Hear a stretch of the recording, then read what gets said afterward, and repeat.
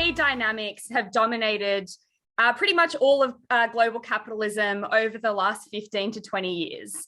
So they are first, the relative decline of US empire, and second, the related rise of China. So these dynamics represent the most significant shift in the tectonic plates of global imperialism since the conclusion of World War II. And they've ushered in a new era where the US is no longer an entirely unchallenged hegemon, but rather it faces increasingly assertive imperial rivals, the greatest of those being China. So in this talk, I'm going to look at the quite substantial structural changes to the global economy, which has underpinned this shift, as well as the political responses of successive US administrations, political shifts within China itself, and finally conclude with the attitude that socialists should take towards this new Cold War. So starting with the history. So the US emerged from the collapse of the Soviet Union in 89 to 91 in a position of unprecedented strength. It had secured a unipolar world order where it stood at the top of that world order with unrivaled power on many fronts. So it had just defeated its major rival of 40 years. There was no other very serious competitor to it waiting in the wings, and it was reaping the benefits of the international financial system it had constructed in the post-World War II period. So its economy, as you can see in this picture here, was substantially larger than any other, as was its military, and it had spent the 1980s putting the finishing touches on what has been called its rules-based order. That's a system of neoliberal free trade globalization, which subsumed most of the world under the leadership or the governance of the United States. So back then, in the late 80s, early 90s, China, on the other hand, was only just starting to emerge from decades of economic isolationism. It had started to open up some of its territories, they were called special economic zones, to foreign investment. It was still an overwhelmingly rural country, it was very poor, and despite having a massive population, the size of its economy lagged well behind the world's key players. But this balance of power has shifted quite dramatically in the 30 years since. So first of all, in America, well, there are three key dynamics that started to unravel that hegemonic dominance that it secured some decades ago. The first was actually the global economic infrastructure that they had established, the rules-based order. This created new economic rivals for themselves. So by creating new major centers of capital accumulation, the main one being China, the US has inadvertently transformed a marginal player in the world economy to a very, very serious one that is becoming more geopolitically assertive. The second was the failures of the forever wars in the Middle East. So the invasion and occupation of Iraq in particular has been labeled by military officials themselves as the greatest strategic disaster in US history. So the US invaded the Middle East with the aim of swiftly taking control of the region's energy reserves and trade routes. This was summed up in the Project for a New American Century. So it could then spread out and dominate potential or developing rivals in Asia. As we know, this is not how things played out. They got bogged down in counterinsurgency warfare for 2 decades and suffered resounding defeats, as the recent events in Afghanistan have showed us. So this was a blow not only to that project of kind of swift global domination, but also a blow for America's image as the supreme superpower. And it's given space for imperial rivals, not just China, but Iran, Russia, to become more assertive. And it's also, this period has also seen US allies like Turkey, Saudi Arabia, and so on, acting more autonomously.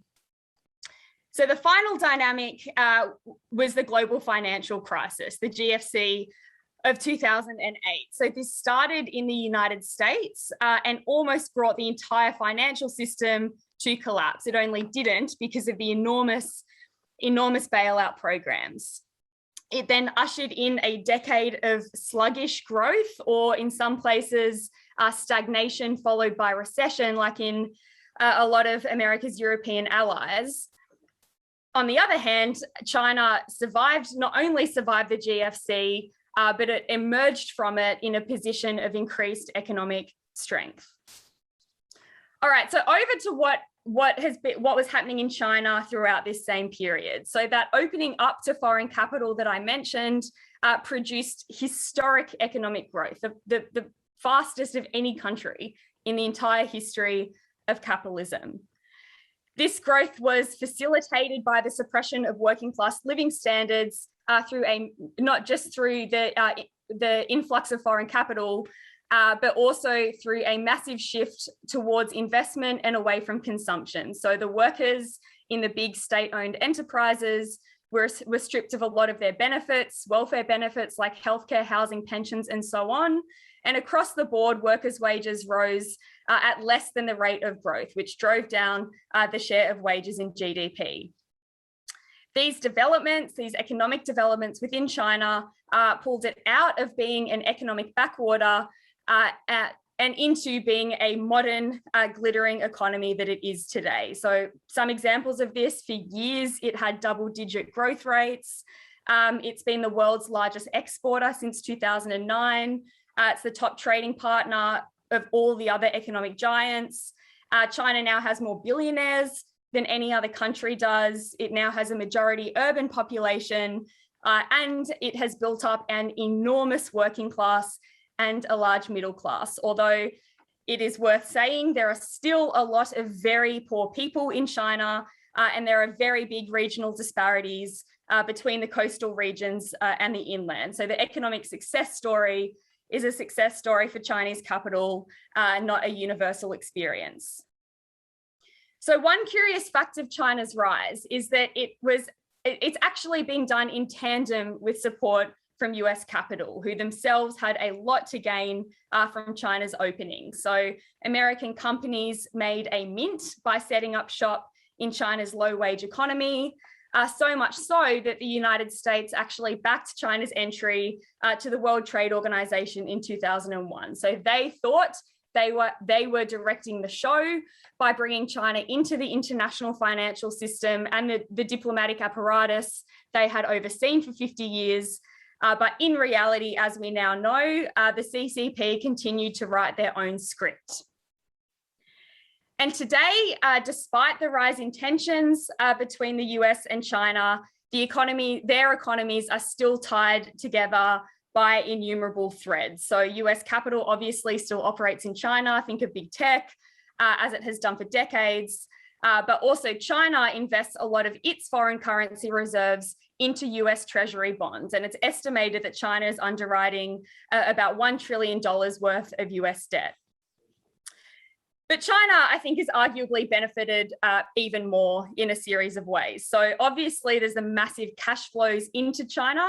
China runs a very large trade surplus with the US. Here we go. They compelled American companies operating in China to hand over their research and development. This was then used to help Chinese capital advance in a whole series of cutting-edge industries, and has most likely been used to help develop their military equipment. During this, they've retained their model of state capitalism. In fact, state control of industry has been increasing in recent years. And this economic growth, funded in large part by US capital and aided by higher levels of state direction of the economy, has now placed China in a position where it can start to flex its geopolitical muscle, but also modernize its industry beyond being just the low value added workshop of the world. So just finally on the historical record, the other significant development in the relationship between the US and China, I think, has been the COVID crisis of the last nearly 2 years. So this has further exposed the weaknesses in modern America and the strengths in China. despite originating in Wuhan, where it was, criminally covered up for some time. The CCP rapidly got the virus under control. They have since controlled further outbreaks, including outbreaks of Delta, and it was the first economy to recover from the shocks of 2020. But in America, the virus has ripped through the country in 5 deadly waves. Possibly 700,000 people are dead, possibly more.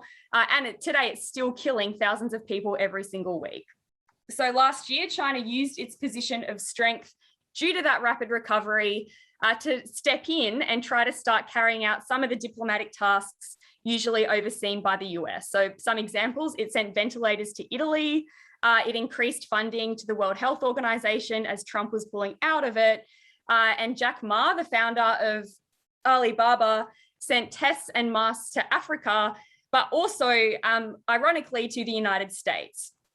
I don't want to overstate this point about that shift in 2020. I think probably the biggest sign of international strength was when the American Federal Reserve itself set up 14 swap lines that transferred billions of US dollars into foreign banks, which was another sign of America's dominant position in international finance. Okay, so what's the conclusion of this? The conclusion is that America now faces its biggest rival ever in the conditions of a new Cold War. Its last major competitor, the USSR, was a very serious military competitor, but not an economic one. It only ever reached about half the size of the US. China, on the other hand, is a serious economic rival. By most measures, it's soon set to overtake the United States in this regard.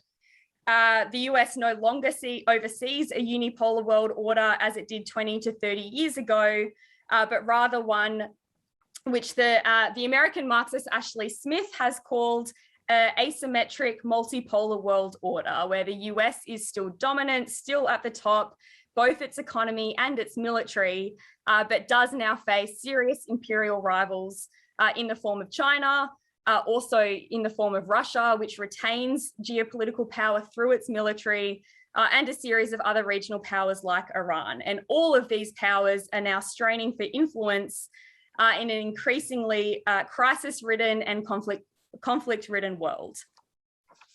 All right, I'm going to move on to talking about the political responses to all of this. First, in the US. So prior to the last decade, US policy towards China was a combination of two things: containment and engagement, or what policy analysts have called congagement. So the US tried to incorporate China into that rules-based order, pressuring it to drop its state capitalist organization of the economy. That was the engagement, while remaining vigilant against Beijing's reluctance to do so. But about a decade ago, this started to change. So in the last few years of the Obama administration, this perspective shifted hard towards the side of containment. So Obama and especially his then Secretary of State, Hillary Clinton, launched the Pivot to Asia, which aimed to reorient US imperialism towards projecting its power in the Asia Pacific and away from the Middle East. And there were three aspects to this pivot. The first was to increase Asian economic integration with the US, sidelining China through the Trans-Pacific Partnership Agreement. The second was to substantially increase US military resources into the region to try and deter China's military expansion. And the third was to shore up and expand American allies in the region. But this mostly failed. So the TTP was never ratified, or in that it was never ratified with the US. The kind of weaker form of it was a couple of years later, which funnily enough, China is now trying to sign onto. US military forces remained mired in the wars in the Middle East, although Obama did succeed in building up military forces in Asia. And the US failed to secure all of these new allies. A lot of local states decided to hedge their bets instead. So next came the escalation of tensions under the Trump administration. And I think it's important to recognize that this was not just about the personal predilection of Trump. It was a redirection of the whole state apparatus towards competition with China. And the 2016 election campaign reflected this, where both candidates, not just Trump, but also Clinton, the Democrats, campaigned on an anti-China basis. Another indication, in 2017, the security apparatus of the US issued a new national security strategy report, which for the first time listed China as a strategic competitor, which again was an escalation from their prior positioning. But on Trump's strategy itself, at times this seemed contradictory. Trump spent a lot of time calling Xi Jinping his best friend.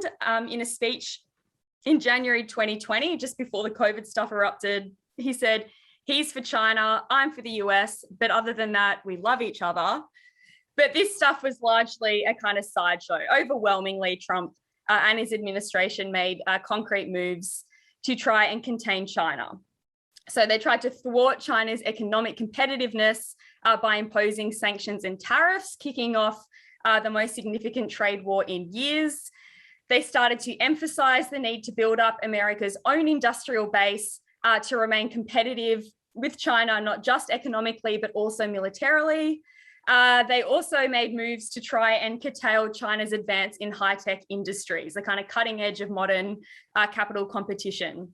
So there was the ban on Huawei. There was a ban on Chinese international students from enrolling in certain science and engineering courses in the US.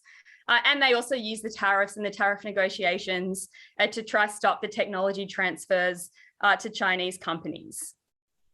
And it was actually on his stance towards China that Trump received the most praise from establishment figures. Well, the stance towards China, as well as the quite significant tax cuts to business. But in the eyes of the establishment, he did fail in other respects. I think one was the America First approach to allies, like pulling out of all those institutions that, or, you know, shit talking all those institutions that America had established and benefited from, moving away from or souring relations somewhat between traditional allies like those in Europe and so on. And another one, I think, is the domestic instability caused by Trump. But on both the left and the right, like the radicalization in the Republicans, which, you know, comes to final fruition at Capitol Hill in January. Also left rebellions like the Black Lives Matter uprising last year and so on. There was just this sense of like internal crisis in America during the Trump administration, which I think is not ideal for elites if you're trying to reproject serious power on the international stage. Then along comes Biden. So Biden was elected with the support of the security apparatus. During the election campaign, nearly 500 former security officials and military generals, very important people in the eyes of the US establishment, signed a letter backing Biden. The Biden administration have made their attitude towards China very clear in just his short time in office. A lot of the program, a lot of the speeches, a lot of the campaigning has constituted a kind of like increased rhetoric about China.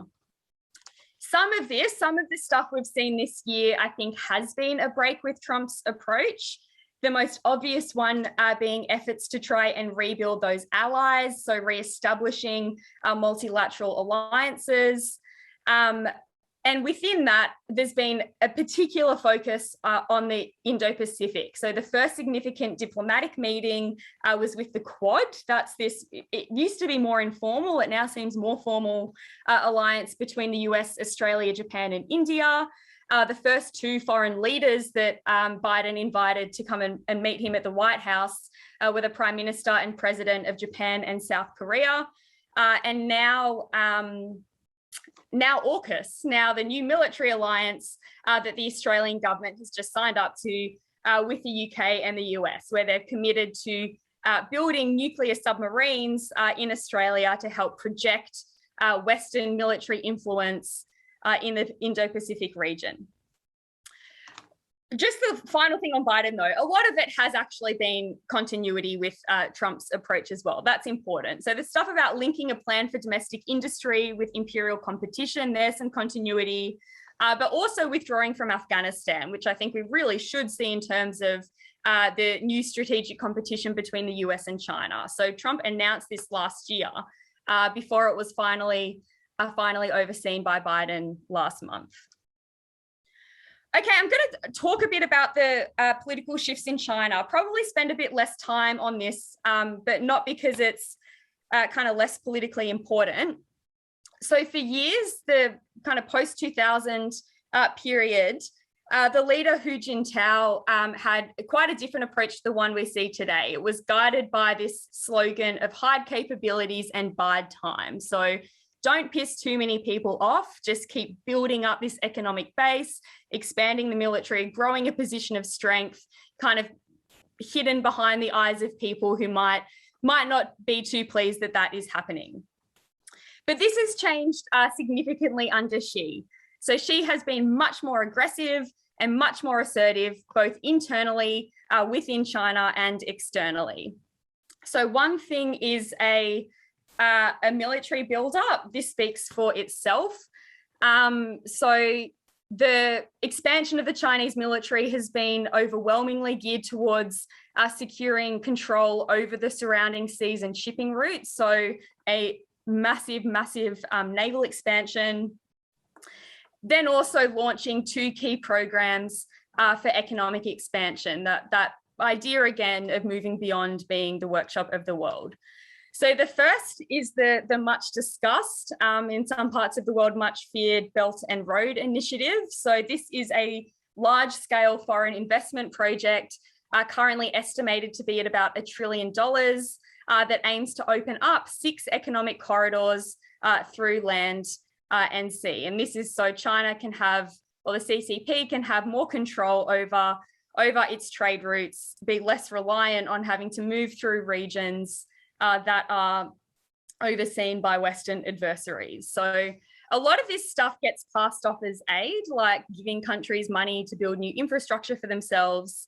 But it's a form of soft power. It's also building up regional influence through a position of economic strength, something that America has done for many decades to the detriment of those countries. And there's like a whole lot of standover tactics involved in this. So impossible debt obligations, things like that. The other thing, other aspect is the Made in China 2025 or China 2025 plan. So this is a program to develop and expand in the most cutting edge industries, high-tech industries. So they've stopped talking about it in those terms, China 2025, because of the kind of international consternation, but it's certainly not being put aside. It's definitely being implemented. All right, the other significant development within China has been the degree of internal repression. So the suppression of the autonomous regions that the CCP claims for itself. Xi famously has an obsession with the fall of the USSR and the role that the different national regions, particularly in Central Asia, played in that in the late 80s. So this is played out in Tibet. It's played out in the brutal repression of the Uyghurs in Xinjiang, millions of whom are possibly held in concentration camps and in forced labor programs. And then also in Hong Kong, the brutal crushing of the democracy movement in Hong Kong. There have also been pretty extreme measures to prevent internal opposition within the mainland. So it's a reintroduction of a form of high Stalinism, like study Xi Jinping thought, play this app that indicates how devoted to Xi you are, suppression of labor movements, the arrest of student activists, of labor activists, and so on, a real crushing down of any hint of domestic opposition. All right, so I'm going to move on to talking about the balance of forces between these two sides. So to talk of a new imperial rivalry between the US and China is by no means to say that it is a rivalry between equals. First, a look at the strengths. So America is still the top dog by a long stretch. First of all, its military power. America still has 800 foreign military bases dotted right across the globe. It has the most advanced military hardware. It still holds 40% of total global military spending, or more than the next 11 countries combined spend on their military. And that figure is actually going up. I think it was the next 10 countries combined 2 years ago. America also has a network of allies spanning the globe who are armed to the hilt, many of them with advanced military hardware and some of them with nuclear weapons. So caveat, these people are not all just totally subservient to the United States, but they do largely see their own fortunes as tied up with those of the US. Its strength is also still its economy. It is still the biggest economy in the world. It leads in high-tech industries. It's really kind of, well, for now, won that race of the past 2 decades, won it in Silicon Valley. And like I said earlier, America still has the leading position in international finance, and the US dollar is of particular importance for that. Then on China's strengths. Well, its economy as well. Like I said, no country has ever developed so rapidly as China has. It has an enormous population to draw on. It has growing domestic markets.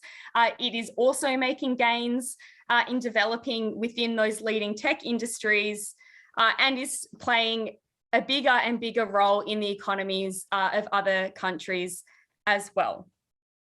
It's also utilised that economic power and the development of high-tech industries to expand its military. And also, and this is an important strength in terms of geostrategic competition, it only has to focus on one region. So for now, it only has to be able to project military power in its corner of the world, whereas America, because of its position as top superpower, still has to be capable of projecting it across the entire world.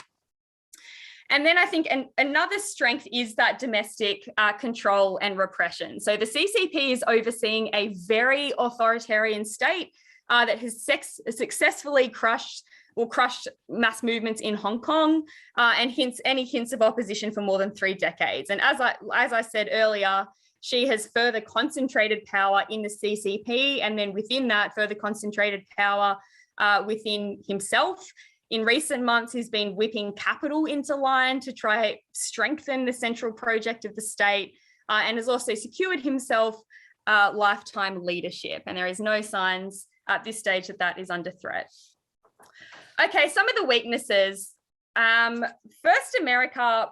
One, I think, is its global supply chains. Once a great strength for America, now poses an issue for US industrial security, which then poses issues for military security. Semiconductors, microchips, this has been in the media a lot lately. American firms still dominate the market, but the share of production, so the production that actually takes place on American soil, has nosedived over the past few decades. So producing a single computer chip, things that are essential to all the most important modern industries, it can involve more than 1,000 steps, 70 separate border crossings, and a host of specialized companies, most of which are now in Asia. And the industry's reliance on Taiwan has obviously posed a particular problem. 60% of manufacturing takes place in Taiwan, more than that when you're talking about the advanced semiconductors. And Taiwan, as we know, is only 160 kilometers away from mainland China, who still maintain that they retain control over the region and might want to exercise that at some point. And there's similar weaknesses in other industries. So this setup helps when you're just the kind of cop of the world. It can be a problem when you face global competitors. Also, its economy, both a strength and a weakness, in my opinion. It's still the biggest, but it is actually set to be overtaken by China. There's no indications that's going to start moving rapidly in the other direction. And then also the domestic instability that I talked about before. We'll see how far the Democrats get in actually being able to take the sails out of any of that. I think it's too early to tell. Then China. So I think there's still far more weaknesses for China in terms of this strategic competition. Militarily, they are far behind. While they've, sped up their own production, so has America. So they're far behind. They lack the global network of alliances that the United States has. China has remember I said the US has 800 foreign military bases. China has 3, so not even comparable. At least one of those is in a country where America also has a military base. And then also, even in its region, I think this picture's a little bit old, but it still kind of paints a similar picture as to today. It's surrounded by the American military. There's American bases dotted, encircling China, more or less. Another weakness is its access to resources. Their supply chains and their trade routes, the maintenance of those for now, rely on non-intervention from the West. So one example is steel. China is the world's biggest exporter of steel, but it imports 80% of iron ore. 60% of that comes from Australia, 20% comes from Brazil. So it doesn't actually have, it's relying on adversaries for the inputs that it needs for its industry, even more so than the West. All right, so to move on, what's the possibility of conflict between the two countries? I think this is a pretty common question. Well, Cold Wars can rage for a long time without there being a direct conflict between the two key contending powers. This is what the first Cold War looked like. The USSR and US never actually went to war head-to-head in their own territories, although there were, very violent, destructive proxy wars on the side, and there were definitely some close calls. I think there's a lot, for now at least, that pulls away from direct confrontation. The first thing is the economy. Despite much of the talk over the past few years about decoupling the American and Chinese economies, this has just not happened. There is still an extremely high degree of integration between the two. And this is not so much a dynamic of the first Cold War. I think in the last instance that economic ties between nations is not a total deterrent to war. The first major world wars are a testament to that.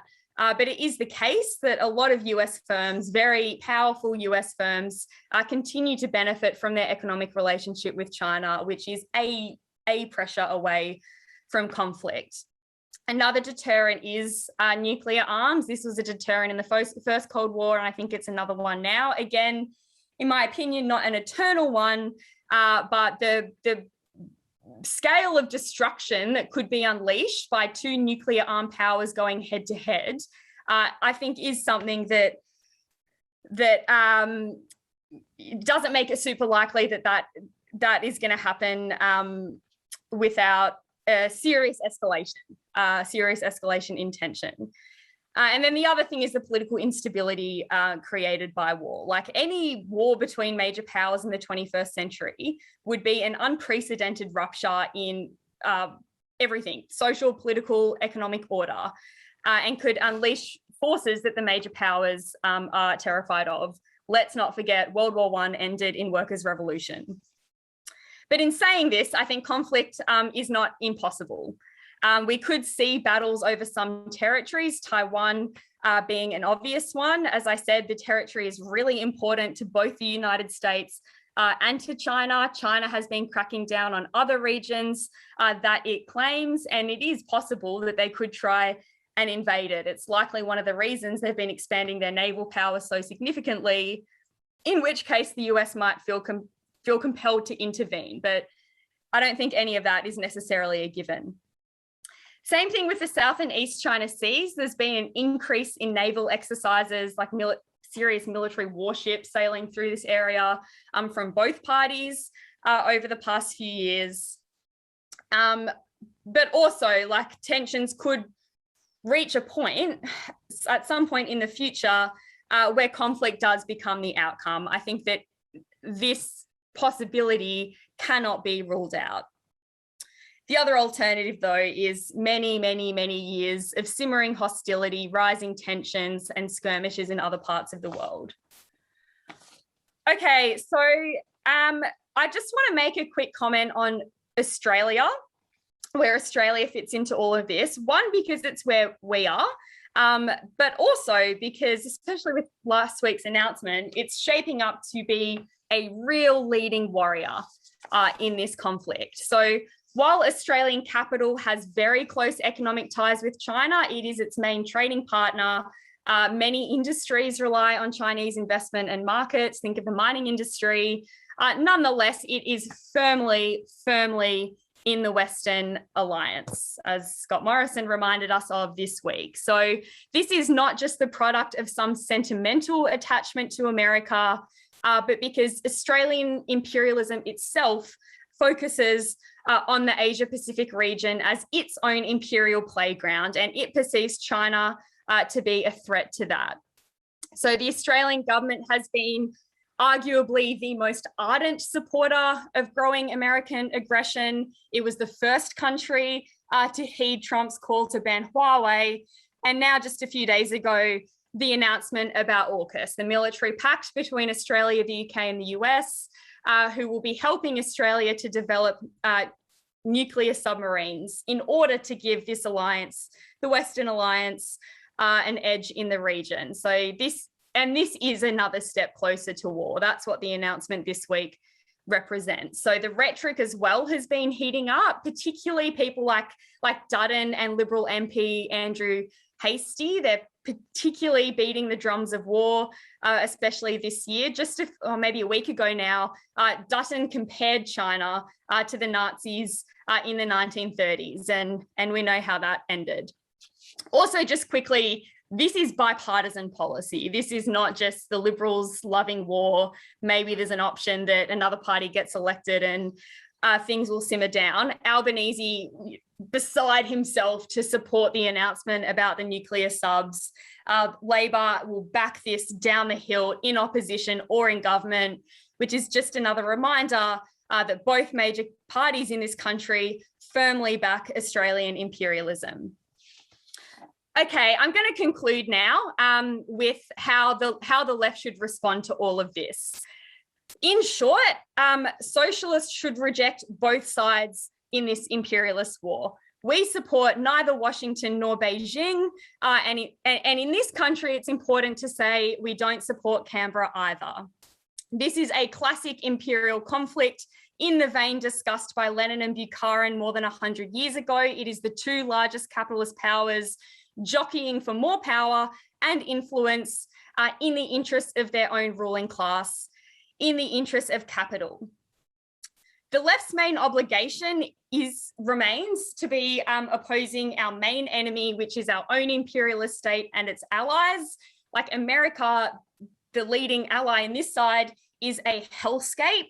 No other country has bombed more, killed more, destroyed more than the US ruling class have. They have wreaked devastation internationally for decades, and they oversee a regime of poverty and oppression domestically. Also, though, we cannot fall into the trap of thinking that our enemy's enemy is our friend. China, like I went through, is a brutal authoritarian regime, not just the very well publicized repression of the Uyghurs and the democracy movement in Hong Kong, but the repression of workers and the rural and urban poor on the mainland. So it is a country that is run by fabulously wealthy billionaires and political elites who are the enemies of workers and the oppressed the world over. And this is important because in recent years, there has been a revival on the left of campus politics, Stlinist politics, which views state capitalist opponents of the United States as a progressive anti-imperial force, another rerun of the politics of the First Cold War. And I think that the reality is that in the event of a war, most shades of the left will incorrectly line up on one of two sides. So liberals on the side of the West, pointing the finger at human rights abuses in China, other sections of the left on the side of China, pointing to the crimes of Western imperialism. Socialists should reject both oppressive sides of this imperial conflict, and instead we should stand in solidarity with the international working class. That's the working class in the factories of Shenzhen.